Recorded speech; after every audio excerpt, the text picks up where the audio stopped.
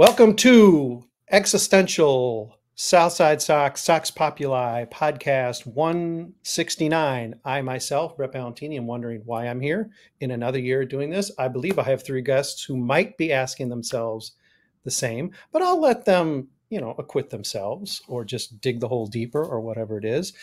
Because yes, the calendar has turned. It's 2024. And as we look around in the White Sox universe, well, frankly, and probably the universe itself, but definitely in the White Sox universe, not much has changed. In fact, things have seemingly just crept even worse. And of course, by worse, I don't even have to parenthetically speak. By worse, I mean just creeping more in the Royals' direction, which is what we all want. That is really the goal for all of us as White Sox fans, just to be more like the Kansas City Royals. Anyhow, we're not even playing hooky on podcast topics yet. I suspect it may come because I don't know how we're going to withstand 50 podcasts this year talking about the White Sox and drilling down and talking about strategy and whatever dumbassery is going on. I mean, the dumbassery we probably will talk about, but in terms of really the nuts and bolts of the White Sox, what's there to say? But to begin 2024, we are actually going to try to stick to the White Sox and stick to a legit topic. I'm not sure if we've done White Sox resolutions in the past. It seems like as part of the panoply that's been in the past, Soxivus, that we've somehow wedged some kind of resolution thing. I actually didn't, the host that I am didn't really check to see whether we've done it. I know we've had 8 weeks of Soxivus. I think just as recently as a year ago. Tommy Barbie, Father Soxivus, is not with us. Of course, he was adamant. He said, listen, I have very strict rules about Soxivus, and resolutions do not fall, under that umbrella. So this is sort of like adjacent Soxivus, because we just can't stop celebrating the White Sox, or at least the tomfoolery that is the White Sox. So heading into 2024, the four of us here on this podcast, and I'd say another four or so on staff, have written in the companion article that's published along with this podcast. The one thing we are expecting or demanding that the White Sox do for 2024, there's a variety of answers. You'll hear some of them tonight on this podcast. Melissa Sage-Bollenbach is joining me, as is Dante Jones and Super Joe, Cali Joe Resis. All three have submitted their entries in our article, as I have as well. We're going to go, I guess, clockwise, at least as the Brady Square looks to me. So I'm going to put Melissa on the hot seat to give us, of course, she cheated. She's already broke the rules of the resolutions. I believe she has a couple ideas at different levels of bars for the White Sox to clear. You need to put one on the floor, Melissa. But give us your couple takes on the resolutions, the things that you really expect that the White Sox really have to do for you this year. Yeah, so I am not a good rule follower, so I couldn't pick just one. And I thought one was actually attainable. So I was like, they could actually do one. So I'm going to add another one too, because if you make goals, you always have to set a reach goal, right? When you're trying to get into college, you're like, ooh, this is my attainable colleges that I can get into. And these are going to be my reach colleges. So, I thought the White Sox might benefit from that too. So my first one is that they've got to be better at home. How can you be so bad at home? I mean, last year they were they were awful in general, but especially awful at home. So if I'm going to make myself go to one of these dumb games and sit and torture myself, can I at least have a 50-50 chance of seeing a win? Is that so much to ask? Is for them to win 40 or 39, maybe even of their games? Because last year they won 31 home games. That is horrible. Yeah. So that was my first one. And I think, going from 31 wins at home to 40 wins, that is 9 more wins that we're asking a team that actually is not going to be better than they were last year. We've only gotten worse. Yeah. But out of my 2 resolutions, I thought that one was maybe reachable, but maybe also giving them way too much credit because, signing a bunch of players who are batting 200 probably not going to put you in the status to win 9 more games. Yeah. that resolution is not on the floor, but it is. You hesitate to say any of these are attainable, but plausible. Oh, yeah, okay. Yeah. Did you give them a harder one? Yeah. So my harder one is that they need to win more one-run games because, of course, they set a record last year for one-run losses, an all MLB record. Which, of course, we love to set bad records. We don't set like the really good ones. Like we did the most of this XYZ good thing. We like to set records for awful things. So, I mean, I think this one is not attainable because, I mean, again, all the work that has been done so far this off season. Okay, it's not done yet. I get that. Like that, there's still some time. We could add some offense that might make it easier to have some more offense, but I don't really think that's going to happen. And then pitching is worse because we traded everyone away, and Dylan Cease is probably going to be gone too. So I don't think we're going to be in really that many close games to win them. So yeah, so that one's my big reach goal, which I have no confidence whatsoever they can win. Okay, Joe and Dante jump in, but I'm going to first say that I think those are actually flipped because there's no way the White Sox are going to lose more one-run games because they're not going to come close to one-run losses this year. They might set a record for 5-run losses. That could be. But, of course, one run implies they're in these games. And, ooh, boy, we might not see that this year. Joe, Dante, what's your take there? Are they even going to be in games to lose by 1 run? Yeah, that's the thing. Like the White Sox, it felt like they had a lot of one-run losses last year, but they weren't actually in the game. Like it was score, they're down 1, the game's over because of just how putrid the offense was when it wasn't players named Luis Robert Jr. And I guess, some stretches from other players like Jake Berger before he got traded to Miami, things like that. But for the most part, even when the score, like it's a line we say all the time in football and basketball, the game was not as competitive as the scoreboard makes it look. Because when you sit down and watch a full game and see how uncompetitive it is, it's like, that's why they lost. Not, that was so close. No, they're not this close away. They're this close away. I mean, I feel that they were, though. There were some of those 44 losses where they really could and should have won them. But when you have no team chemistry and you have no you're dogging it to first and you're whatever, I mean, you're not gonna push through and win those games. But I can agree to disagree. It's all good. No back end of the bullpen, with Liam being out, which is the one thing the White Sox actually couldn't control in terms of their horribleness last year. I guess that's one of the things. We know that's one thing. It might only be one, but that probably factored a little bit. And we saw Raylo struggle even technically struggling in game 1, but definitely struggled as a closer. Joe, do you think it's realistic that the White Sox at least have a better record in one-run games? Because again, the total losses would imply that they're going to be in games. And I mean, that's a toss-up. I mean, they lost 101 games. They can only be so much worse, as much as I keep talking up 108 losses or whatever. I mean, that's still they can only be so much worse. Is it realistic they could at least be competitive in the games they are in?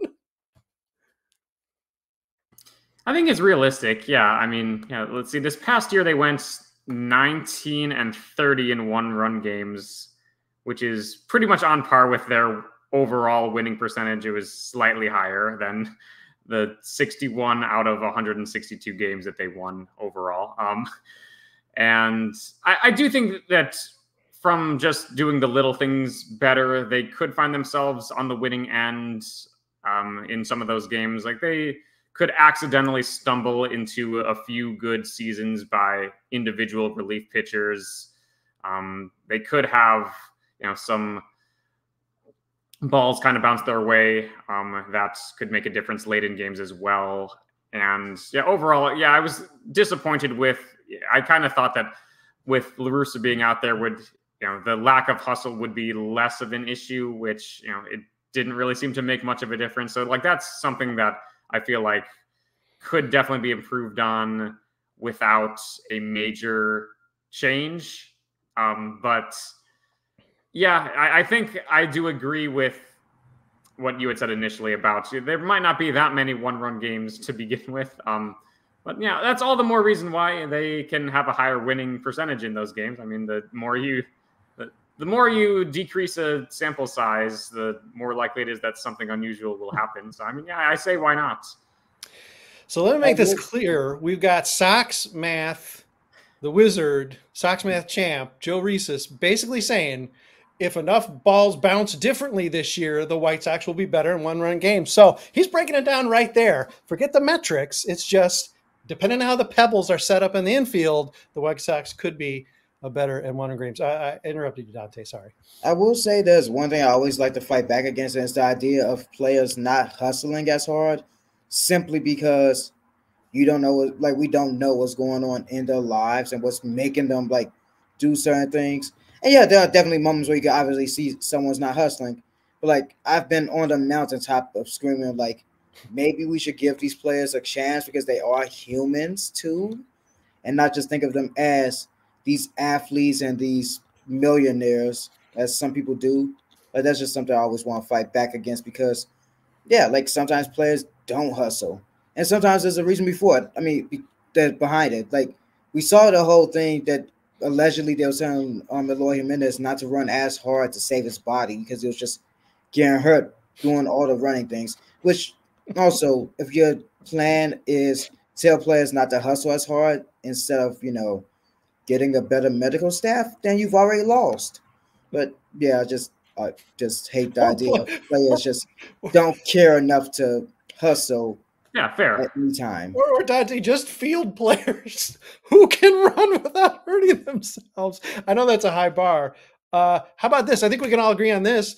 If players seem like they're not hustling, or let's say a player isn't hustling, how about we just make a rule that the manager doesn't pretty immediately call up to the press box to let everybody know why that player's been taken from the game? How about we just handle those things maybe internally, and maybe like if you think a player's not hustling, maybe just maybe the punishment shouldn't be trying to blast them in the media, but taking them to the side and talking with them, seeing if they're good and if they're not good, trying to give them the support and help they need. Although we're asking the White Sox to support and help players, and by everything we saw with Tim Anderson this year and Yermin Mercedes last year, the White Sox don't believe in helping and nurturing players. Or 2 years ago for Yermin, but you get the point. Yeah. I mean, listen, I'm not a major league manager. It just seems like that should be something that you don't do. And I mean, that would be 26th on the bench. Definitely not your MVP candidate. That just seems like a no-brainer. I would think even not being a major league manager, I would remember not to do that. But hey, I'm just a guy on a podcast. Okay, we're going to get one more answer from our two remaining contestants here. Then we'll take our break, talk more resolutions. I'm going to go to Joe because his ties into a couple others, as does Dante as well. But Joe, hit me with your resolution for the White Sox in 2024. So the White Sox have had a lot of trouble with developing their own players, especially more raw, unfinished products.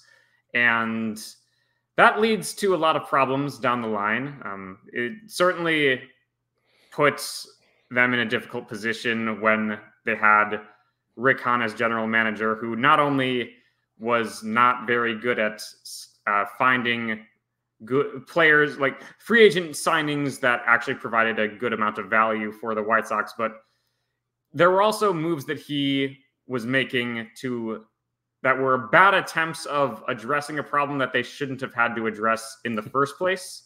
Like, I don't know, Joe Kelly, for example, like if they would have had a good reliever in the minor leagues instead, there wouldn't have been any sort of need to go out and give him a significant amount of money to be a kind of sort of okay reliever, who is inconsistent, good at times, good at times, bad at other times. Like if the White Sox were able to actually develop their own players without trading for other teams' polished prospects, that would be very good for them down the line. If they were a contending team, then that would give them ammunition around the trade deadline as well. And that's really something that we haven't seen lately. I mean, the White Sox, of course, they surged up in the farm system rankings in 2016 and 2017 when they traded all of their present talent for future talent, and then a little bit of a surge at the 2023 trade deadline. But we really haven't seen any of those surges outside of those time periods when they were making those sorts of trades. And that's pretty problematic. So maybe with a new person in charge of with a new farm director, we would have a chance to get better at that. As I think you even acknowledged, Joe, hopefully not completely offset by the fact that the guy who didn't do a very good job, who was holding that position, is now running the team. So hopefully he won't cancel out the good moves that are being attempted by the player personnel guy. But unfortunately, that could actually well happen. Okay, a couple of our writers, not on this podcast, sort of touched close to what Joe's talking about. I know Malachi Hayes, what he was talking up was the whole the Jose Quintana type of principle, where you just have to be able to find, as a GM, you have to be able to find those nuggets. I think, as he put it very well in the piece, as you've either already read or you're reading right now, or you promise you are going to read after you listen to this podcast, after you get out of the car, you can focus and read. As he put it, a star, a 2024 star who we're not even talking about right now, who we don't even think is going to be a star. And maybe star is even saying a little too much, but the 2-3 WAR player, the Chris Flexen becoming a 2-3 WAR player, Martin Maldonado somehow having a 2 WAR season. Now, not necessarily those guys, but somebody that gets cast a wide enough net to bring into the team. And certainly they are bringing plenty of 4A guys, guys with the tin cup selling pencils, trying to stay in the major leagues.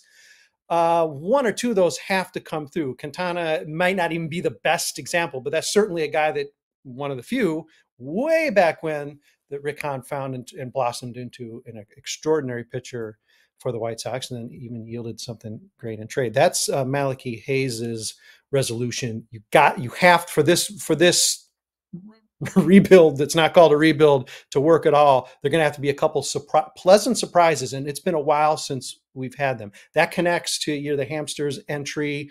She has a couple ideas in the written piece.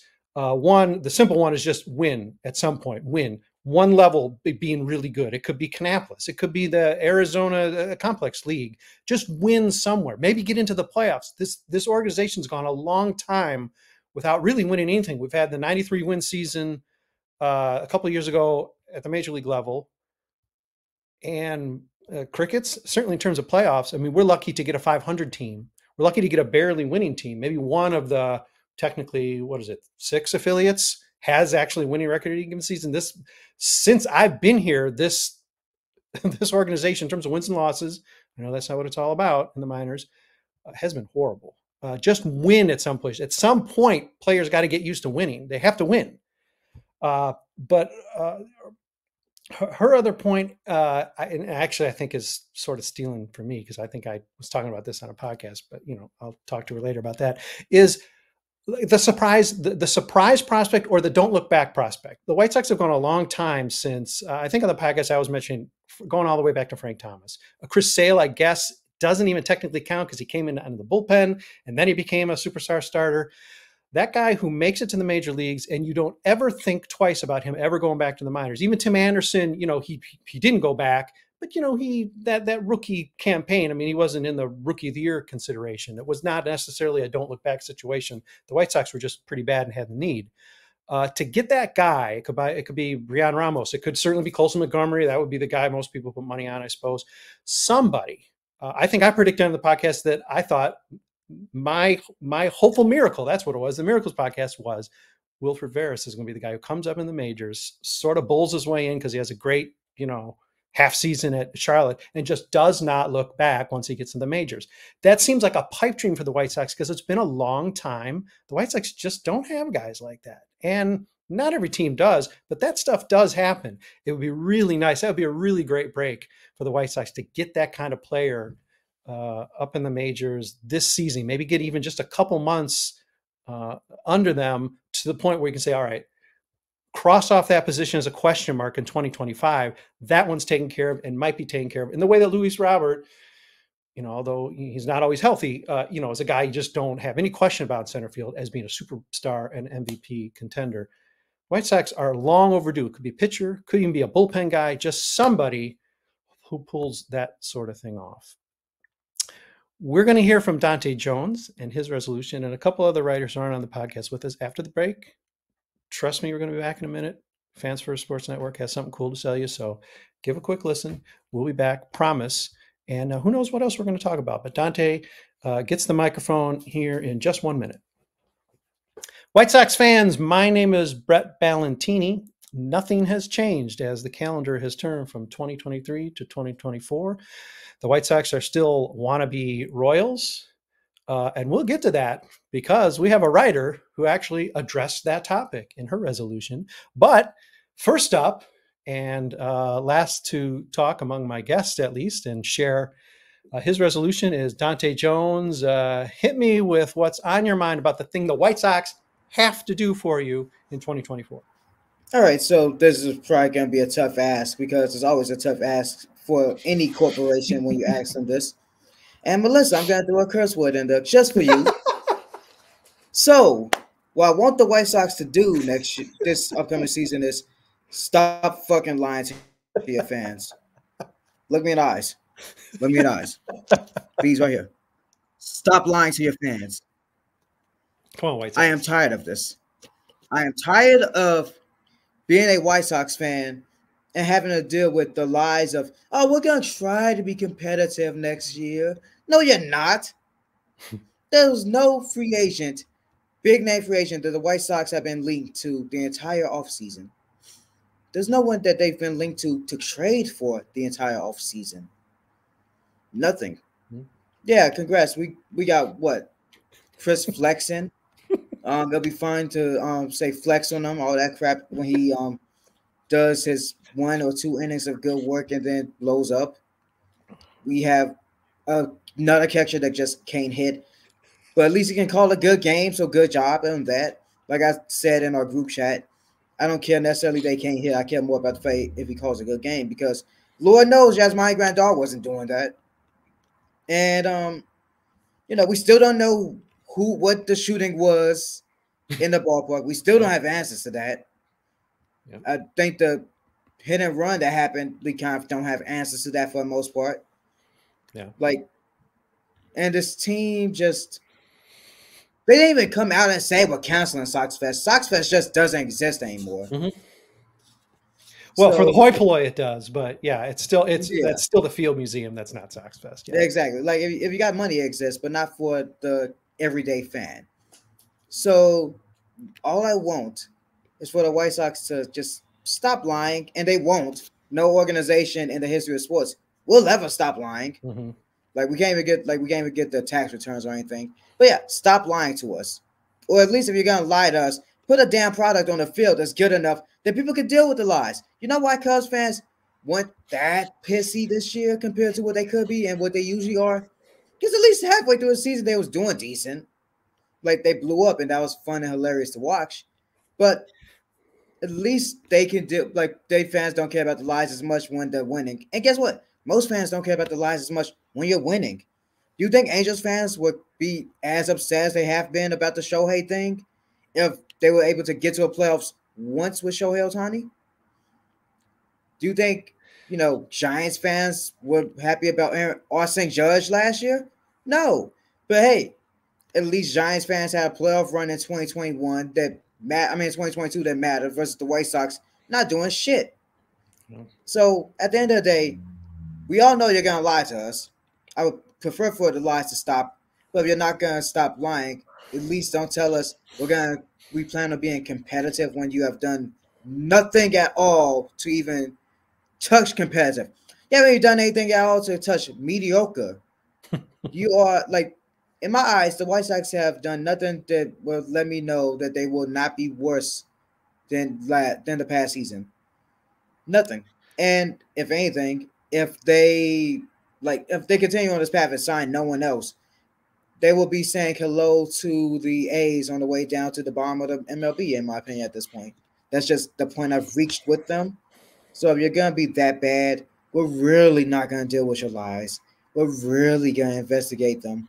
And here's the thing. Southside Sox and Sox Pop have always been the ones that don't care about what you think about us.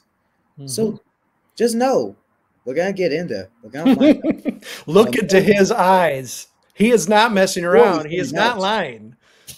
The more you're going to dislike us, the more games you're going to see fans come into a stadium with bags in a pocket to put on their head. So, White Sox, it's not a threat. It's a promise. No, it's a promise because, I mean, I was there. I was sitting across from fans with bags on their heads because of how disgraceful this franchise has become, which is something you've touched on, Brett, and something that Allie's touched on in her piece. Mm-hmm. Stop lying. Become, like, at least somewhat be a responsible and an organization that people, fans, can be proud of rooting for a win, loss, or draw. Because if you don't become that, then you're just a shittier version of the Cubs. And there's no reason that White Sox should be a shitty version of the Cubs when the Cubs are that shit anyway. Yeah. Yeah, let's not give the Cubs a pass just because they're winning, because I still can't comprehend how you don't just put your fandom on pause no matter how long the Ricketts are in charge. But that really is a different podcast. That, but also the Cubs are one of the few teams that have shockingly done less than the White Sox in the offseason. The only thing they did was steal a manager. Besides that, the Cubs have done jack shit. Yeah. Everybody and their mama thinks that the Cubs are going to be better than the White Sox next year. What does that not light a fire under you to be better than your rival, which ain't even a rival because over the last few years, they've lapped you except for one season. And that's an issue. And me, the person that's not even the Cubs hater in the group, I'm upset about this because of the fact that the Cubs are almost definitely going to be better than the White Sox this year.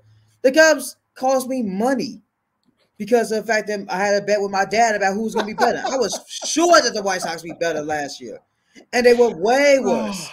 I'm with you, Dante. I'm with you. Because I'm starting to get into ranting territory, but just stop lying and stop pretending. Give us the truth. Even if we don't like the truth, it's better to be told the truth in a nice manner than been lied to and paraded around like with some idiots or not. I mean, we got half the podcast here with some serious connections to the Cubs. I mean, there's some blood connections to the Cubs. There's some real conflict here on this podcast. Again, it's an entire podcast series that we certainly can't address, here in 5 minutes. But I mean, listen, you and Melissa, I mean, you're not probably by choice. I know you're holding your nose up in the air, but there's some proximity to the Cubs. It's rough. You got Pops, you got the husband, man. I do not envy you. I do not envy either one of you. Hey, let me just interject this before I carry on with just a couple more resolutions. Can you imagine how awkward this Field Museum event is going to be?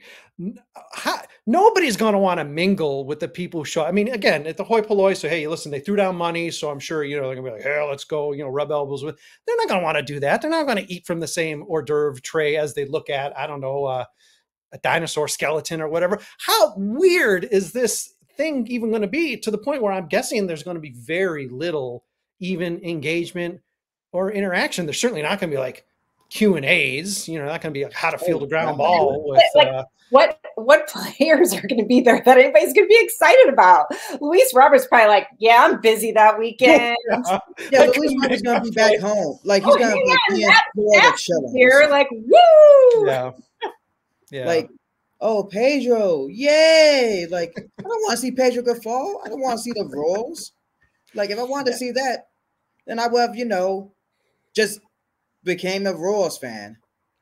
It's going to be like a sixth grade, like sock hop. Nobody's going to go on one side of the room, of the unscrubbed non-MLB people who do happen to drop thousands of dollars on the team. And then the other side of the room is going to be like the White Sox. And I doubt there's going to be too much crossing, or interaction. How many pictures and videos we're going to get from that event? That's something I've been thinking about because, like, it's not a convention or anything. It's just a lot of people hugging Ron Kittle. Yeah, like, right? Yeah, it's gonna be a bunch of people around tables and a bunch of people like standing on a stage giving a speech, but the speech is gonna mean nothing because the White Sox mean nothing right now, and it's gonna be even worse because no fans that actually are passionate about the team Just because you put money into a team at that level doesn't mean you're passionate. Because yeah, you got a few tickets, and half the time you're gonna sell those tickets away. I know because I was a season ticket holder last year. We sold a good chunk of those. And let's even say you are. Let's say by virtue of, and I know it doesn't always work out that, but let's say you are. And the passionate people who are going to show up at the Field Museum, they really love the White Sox. Here's the thing. They got your name. They know who you are. You're not going to go in there and cause a ruckus. You're not going to elbow Ron Kittle in the forehead. You're not going to challenge Pedro Grifol with like you're not going to go tough question. Yes, you're going to lose your seats. Jerry Reinsdorf that he should be in hell already. Like, no. You're going to go in there. You're going to eat your hors d'oeuvres. You're going to have a good time, hopefully, because I always hope you have a good time. You put your money into it. And then you're going to probably forget that you were even there within the month after it happens. Yeah. Maybe you get a group photo like in front of, I don't know, is Sue the Dinosaur still there or whatever? You're going to get like a group photo of like, 150 people maybe. That might be your souvenir. And maybe the White Sox will send it to you, free, with your ticket or something. That's I just can't fathom what the engagement's going to be. You'll get the Chris Guest signed baseball, a Pedro Grifol signed manager's clipboard or game sheet. You'll just, that's all you'll get. You're not going to get anything of value. They do not want to unleash Steve Stone in that scenario.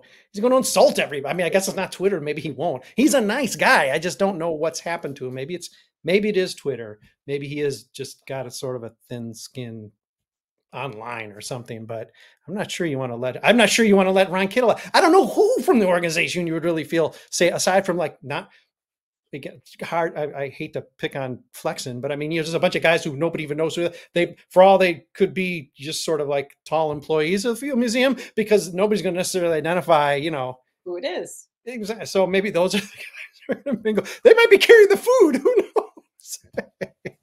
You want that first starter job, Flexen? Get out there with the hors d'oeuvres. Okay. Allie wrote in our piece something very much along the lines as Dante, which really is just honesty, also demanding honesty, even in small increments. Just change this team, make some better choices, even in small increments. And let's face it, nobody's expecting a 180-degree turn with this ownership and with this management team. And, frankly, probably even with these players, but improvement would not be bad at all. I suppose that spills into what I wrote on, and it falls definitely in line with Allie and Dante, and probably somehow between the lines or not with pretty much everybody who bothered to participate in this exercise, and probably every one of you listening or watching or reading out there. And that is just be decent. Can we, I know it's very tricky. We mentioned the Cubs, that is like exhibit A, but, and Dante, dismissively says, all ownership, all corporation. And I get it, to whatever degree a business is really not going to look out for the little guy's best interests ever. So I'm not expecting some sort of weird, squeaky clean Canadian Mountie approach to running a business or running a team, but little things like maybe not jumping a market to hire an abuser, or really even before that, jumping the market to sign an Adam Eaton who's demonstrated not to be a terribly good teammate in Chicago. There's just smarter, better decisions. This is going to be a losing season and probably a stretch of a few seasons of losing, whether or not they call it a rebuild. And it's clearly, maybe it's not a rebuild because they're not even really rebuilding.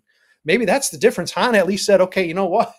We're going to try and do this, this, and this. And, he failed at most of it, as I think even, Joe acknowledged, and most of us have.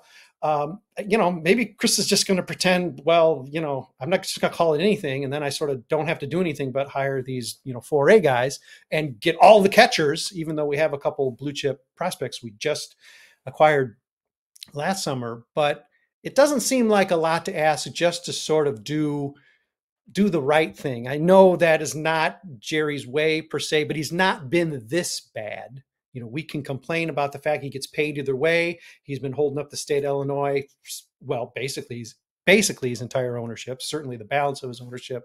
But I'm not going to get a bunchy underwear over the fact that if the White Sox don't get a certain amount of fans, he still gets paid. Or if they do get a certain amount of fans, he gets paid, and he's holding up that he gets all the money from all this stuff.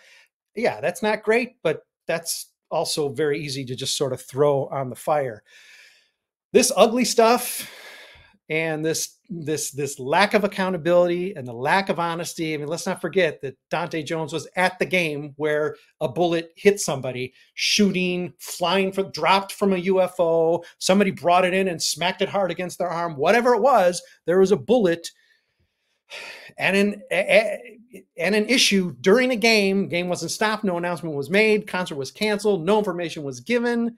That's an incredible. I mean, that's like, I mean, clearly like borderline illegal, if not immoral. It's clearly immoral. It's just, it shouldn't be this hard to do the right thing. We don't even expect to even hearken to what Allie wrote. We don't expect perfection. I think I said the same thing. I'm not expecting 180-degree change with the White Sox, but improvement is absolutely not too much to ask, because any improvement, any good move they make is improvement, because they're pretty much an offer for Tony La Russa on. I mean, we're stretching back, I think, more than just a calendar year to say this team has been on a bad streak of making some really craven decisions and offering no account, not even fake accountability. There's a way to sort of still like lie, but tell us what we want to hear. And I'm not a big fan of that, but it is an effort, and it acknowledges, there's some acknowledgement in that says, okay, we know there's something we got to talk about here. The White Sox have failed miserably at this. And even the wonderkins like, you know, Brooks Boyer came in, he had grinder ball. We love the grinder rules. That was awesome. Whew. I mean, you know, it's been 15, we're going on 20 years now. I mean, I'm not sure you can keep riding grinder ball. You're just going to have to step up and be a decent person who doesn't run our beloved announcers away, who doesn't endanger our fans at the park, who doesn't make fans like Melissa traveling a bit of a ways, maybe not even on a good promotion day, maybe just for a game, but yet as the first and second and third innings start to pass, still sitting outside the park because somehow you can't process people into the ballpark in time. There's just not that many fans. How is this happening? The White Sox, you just got to do better. And I think to do morally better, as esoteric and silly and just looking 10 miles north, whoa boy, that is not on their radar at all, right? But why does it have to not be on our radar? You know, winning or not, they could have won the World Series. We'd still have these criticisms. We might be a little bit more easily distracted. Of course, you know, that light up trophy sure looks good. So, I mean, a lot of our eyes would be off the ball if the White Sox were a winning team, but they were sort of hideous under Tony La Russa when they won 93 games. They were pretty gross in the 500 season, and they have been increasingly nasty in this last year. It makes us tough. It makes it tough for all of us here on site and on this podcast to cover in good faith. So please stop challenging us in this way. Look into Dante's eyes, please, and realize we're not messing around. It's pretty straightforward. I mean, listen, you know, give him good things to write about. Give him something to be excited about.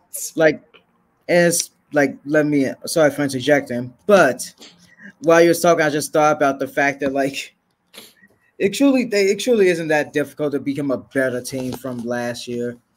And it's kind of been just a sequence of events building up, a tire fire, where there's like just a few tires at the beginning, and the first fire started when like they put Tony La Russa in charge, and then the fire starts growing.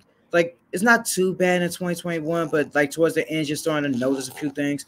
And I don't know about you guys, but I pretty much figured that we were not going to be able to beat the Astros in 2021. Like I just figured it, but I was happy I was there for the one win. I was like, okay, we can improve. Then the second fire is that the best improvement they make is like adding relievers that we didn't need, because just bring up random relievers from AAA and you got 50-50 chance of them working out, it feels like. And then Tony La Russa gets sick or whatever happens with him. And then by the time we hit the All-Star break in 2023, we got reports of Tim Anderson getting punched while naked either while naked or by a naked Yasmani Grandal. Like, just become just be a competent franchise. And by competent, I don't mean on the field, I mean off the field. Yeah. Boy, Chris Sale took a lot of trouble for like getting the knife out and slashing uniforms, as he should. As he should. Yeah. What an odd fella. But yeah, very weird. But on. Like at least that was like, if that happened in 2023, that might have been like a lower level story. Although we have seen plenty of Chris Sale being crazy examples. Hope he has fun in Atlanta. He just has never stopped. Oh, he's sort of a good fit for Atlanta. He's gonna love that chop. He's gonna love that chop. He's gonna love that chop. He's gonna love all of it. It's gonna be disgusting. Oh yeah, that's good luck to him. He already has a championship, so I don't care if he wins one or not now. Yeah, well, he's got a lot more money now too, so somebody's got faith that he's gonna be Chris Sale. I mean, to Joe's point, and sort of related to his resolution to a degree, or at least what he was talking about. If the White Sox didn't punish us for having spent money, then go ahead and spend a ton of money on Joe Kelly, who's probably the same as Declan Cronin or somebody in your AAA. Okay, marginally different, right? Has championship experience. Great. He did that face. That was really cool. But probably not $8 million cool. But the White Sox do punt. I mean, so we all want to, I mean, who cares about winning the accounting World Series? It doesn't really matter. Spend the money if you want to. But if you're going to use that as an excuse, like not to address any of the other positions on the team, then it's an issue. And you just got to be smarter if you're going to pretend that a team in the whatever third media market on the planet is going to act like they've got, like tight purse strings. Then no, you can't make those dumb moves. And Rick Hahn's gone, but you just can't make those dumb moves. And I'm sure Joe would agree with me that it's like, if, under these parameters, you got to spend smart. You shouldn't have to, but under the Jerry Reinsdorf ownership, you do. So you just can't be an idiot. Jump on the market for Redacted, jump on the market for Eaton, adding relievers like, you're filling up a Christmas stocking. Just, it doesn't make any sense. Joe, I mean, that was part of what you're getting at, right? Absolutely. I mean, yeah, there's a lot to be said about that whole, the Reinsdorf way of operating. I mean, I do believe that he wants to win, but he wants to do it in a very specific way that is difficult to actually accomplish. And that's problematic, as we've seen. I mean, you kind of doing these Band-Aid sort of deals, like short-term contracts for sort of mid-tier free agents. I mean, you can catch lightning in a bottle once in a while doing that, but it's certainly not a reliable strategy. I mean, I would not advise any front office, even the best of the best, trying to do that on a consistent basis. And absolutely. Yeah, I agree. Jerry, I don't think it's a stretch, Joe, to say Jerry Reinsdorf wants to own the Tampa Rays, and he has zero of the intelligent, like literally none of the intelligent personnel of the Rays. Now, whether the Rays just lucked into that and those guys just showed up in St. Pete and said, man, it took a long time to get here, but whew, I'm here. Can you hire me? Look at, man, I'm going to be great. And they all turn out to be great. I don't know if it's just dumb luck or not, but he wants to run that team, which is fine because they win the accounting World Series every year too. Hey, good for them. But they actually win because they got smart people in it. And the White Sox have demonstrated none of that. Yeah. What else do you need to say? It leads into Crystal's point, which is, you've got to be smarter with this stuff. And so, let's model our franchise that's been around for over 100 years on the Kansas City Royals. We're terrible. We're absolutely terrible. Well, let's keep adding them. I mean, let's just keep finding every player who's ever had an association, find every administrative person who's ever had an association and bring them in. It's asinine. It makes no sense whatsoever. You know something I will say though about that strategy? There's a few rules I would like, and by that I mean, can I get Bobby Wood Jr. and MJ Melendez? Like, can I get the good rules? No, you're not getting George Brett in the front office. You're not getting the Royals. You're getting get the cast-offs. Thanks for bringing that up. I somehow skipped Crystal, and her resolution, acknowledging her, not on the podcast, was stop being like the Royals. Now, as she acknowledges, even since she wrote, and this was probably like what, 2-3 days ago when she wrote her resolution, the White Sox signed Brett Phillips and also named a new assistant GM from the Royals. So they've already broken the resolution, well, like over and over again, but just since she wrote it twice. So that's one. Well, we have one resolution that's already dead in the water of the 8 or so. That one's already wiped off the board because the White Sox have already broke that one. So maybe she just wrote a resolution up to be broken because, of course, everybody's resolutions get broken, right? By that, I mean, it's like it's the 8th of January. Get out of here. Of course, everybody's resolutions are broken. Well, White Sox should have theirs broken too already, and they have because they just cannot stay away from the Royals. The Royals had a academy, because they, expansion team, right? About the time of my birth, and they had a academy, like a lot of teams do, but back then I guess maybe it was a little more radical, like an actual hey, come and learn the game with our, like signing Kevin Hickey from the 16-inch softball leagues, and Frank White was at least one product from that. So other teams actually generate like real players, even when they're just doing this weird, academies on a lark. They find like all-stars and I don't know, borderline Hall of Famers. In the White Sox, they can't be bothered to like field multiple minor league teams, which they're allowed to do, but the White Sox just say, you know what, one DSL, one ACL, 2 A-ball team, that's enough for us. We got we can't. So it's the payroll's too complicated as it is. This is like 250 people we got to pay. I can't pay more players than that, even though they get paid. I don't know what, $1 an hour. A whole nother podcast, I suppose, but I guess we'll have time for it because I don't know. Honestly, I keep saying this, but I mean, I really mean it. I'm not really certain what we're going to talk about this year. I mean, we don't want to just come on and do podcasts and have Dante cuss and, Joe be disappointed and, maybe we'll even get listen to like scratch. Oh yeah, we know Dante will do it. Hey, you usually just respond when Melissa's not on the package. Now you're just doing it when she's on the package. It's like, hey, you know what? It's time for me. She wanted it. She made me do it. Especially since, as you are saying, we don't know how often we'll be doing this before the season starts. Because how often do the White Sox give us news that gives us a reason to care about the White Sox? Emergency podcasts. We don't get to do them. Well, and see, we're so callous now too. I mean, we might have had an emergency like bad news podcast, but now it's like we're just expecting it every other day. We're going to do a podcast because another Royal, got hired or signed, or there was another, I don't know, DUI, or Reinsdorf said something else stupid, or he's talking to Omaha about moving the team there. Yeah, I mean, at some point you just get callous to it.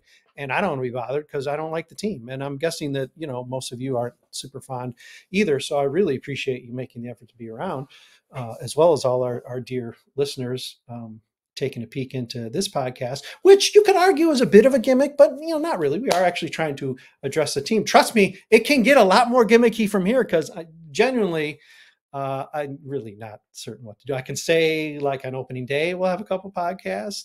I guess we'll have one for the opening of spring training. I mean, I can like pick some, we can't do a podcast about Sox Fest. If we somehow get a plant into the Field Museum, you could bet we'll do a podcast because that's going to be juicy or boring as. They told us they're going to have a Luis Robert bobblehead. That was like, they put that out on Twitter, like, woo. I'm like, oh my gosh, you have like 15 bobbleheads this season. Like, this is as good as it gets. You're trying to get us excited over Luis Robert bobblehead. I mean, and you can't do one as clever as the one where Eloy is staring at him for stealing another fly ball. You can't top that. So you're not even going to have as good a bobblehead as you've had in past seasons. Well, we're putting together our schedule now. We're trying to figure out how we're going to cover this team, or I don't know. I'm trying to figure it out, and it's January now. I'm still just punting the task because who wants to think about? I mean, it's sad. I mean, it's technically 2 months from now. They're playing real games. Now, granted, this game is going to be in the snow. Miguel Cabrera is going to come back just to hit another home run into the snowstorm like he did a few years back against the Sox. But I mean, they are going to be playing real games 2 calendar months from now, and it's just coming on way too fast. I would never wish for an extended Bears season, or frankly, even an extended Blackhawks or Bulls season. But I mean, geez, we need something, I mean, where's a labor dispute when you really need one? And doggone it, they're just bound to play this year. So we're going to have to cover it. We're going to be here to do it. But your guess is as good as mine how we're going to do it. So hopefully we'll just come up with some interesting gimmicks or maybe some actual exciting news to talk about. I mean, who knows? Maybe Getz is no longer the GM. Maybe Grifal's no longer the manager. Maybe Reinsdorf is no longer the owner. I mean, I don't know. There's stuff we get excited about. Brooks Boyer might get shown the door. Maybe he'll drive some season ticket holders out of the field museum because he got cranky about something and got his walking papers. Who knows? Not going to happen, but who knows? Maybe they'll all get stuck in an ice storm in the parking lot. And they just won't be able to show. They will never get out, and we'll just have to have new executives and ownership running the team. Nobody has to die. We can just keep them away from the team. It's a thought. Well, anyway, okay. Dante has made it very clear. I mean, seriously, White Sox, just do better. Look in the guy's eyes. Just do better. You want him to be happy. He's a great fan when he's happy. And I'm going to argue that the bar is probably pretty low for Dante's happiness at this point. We're not even talking about 500. Improvement probably going to make him happy. The bar is literally win 70 games at this point. It feels like. Don't lose 100. We good. For all the reasons. You know what? The bar isn't don't lose 100 because that's too low of a bar for me. The bar is please don't make me like just every single game I cover is bad. Yeah. Every game I go to is bad. I just walk off out the stadium with middle fingers up, missing.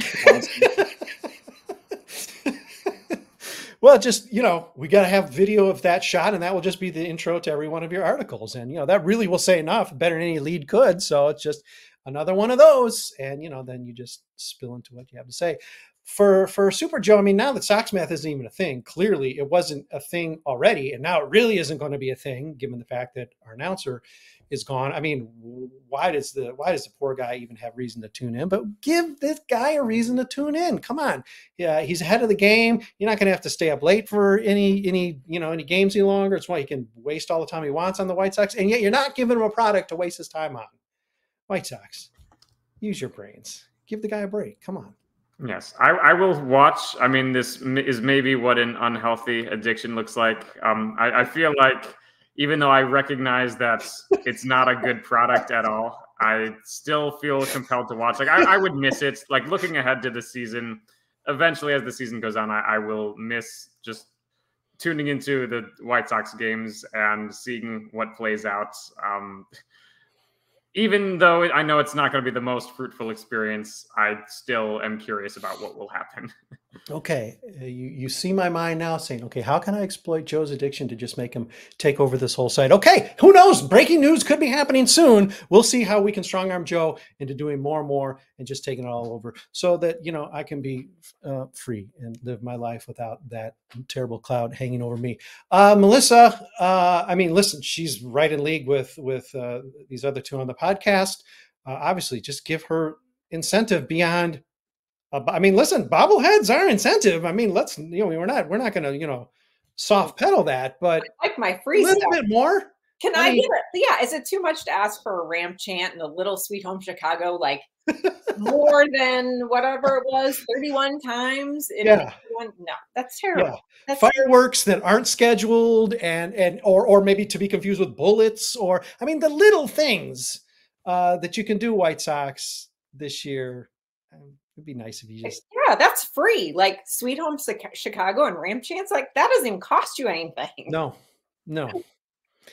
Yeah, no. So, all right. In addition to giveaways, just give her a competitive team because she's on the hook for a lot of this too. I mean, listen, all three of my beloved guests here, they're on the hook.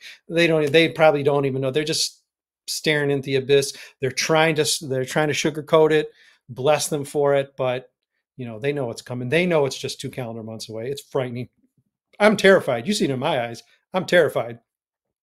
So you know where I'm at with it. We'll figure a way through. We have for 6 years, and very few of those moments have been sweet. So get ready for another one. We'll continue to roll out podcasts of undetermined origin and output soon. I mean, we'll come up with something. We'll be back with you soon. I'm sure Melissa will be with us on those. Dante, as well as time, schedule, and patience permits. Super Joseph Resis, his schedule and his addiction as well. Of course, he is getting treatment for that. We all wish him luck in his recovery. But again, I'm determined to exploit it. Anyhow, I'm Brett. I'm stuck doing this. Thank you for being with us. We love to have you with us. I would ask you what you're doing here, but that really is a whole other podcast. Maybe we've got our next podcast asking listeners, why are you listening? That's getting a little too meta or freaky or philosophical or something. We won't do that, but we'll come up with something soon. Spring training's coming. I mean, we are literally like about what? We're 5 weeks from players reporting to Camelback. They'll put down that hors d'oeuvre tray and they'll jump on the bus down to Glendale. Oh, it's going to be fun. Well, we'll be there with you for it. And listen, maybe it can't possibly be as bad as we think it's going to be.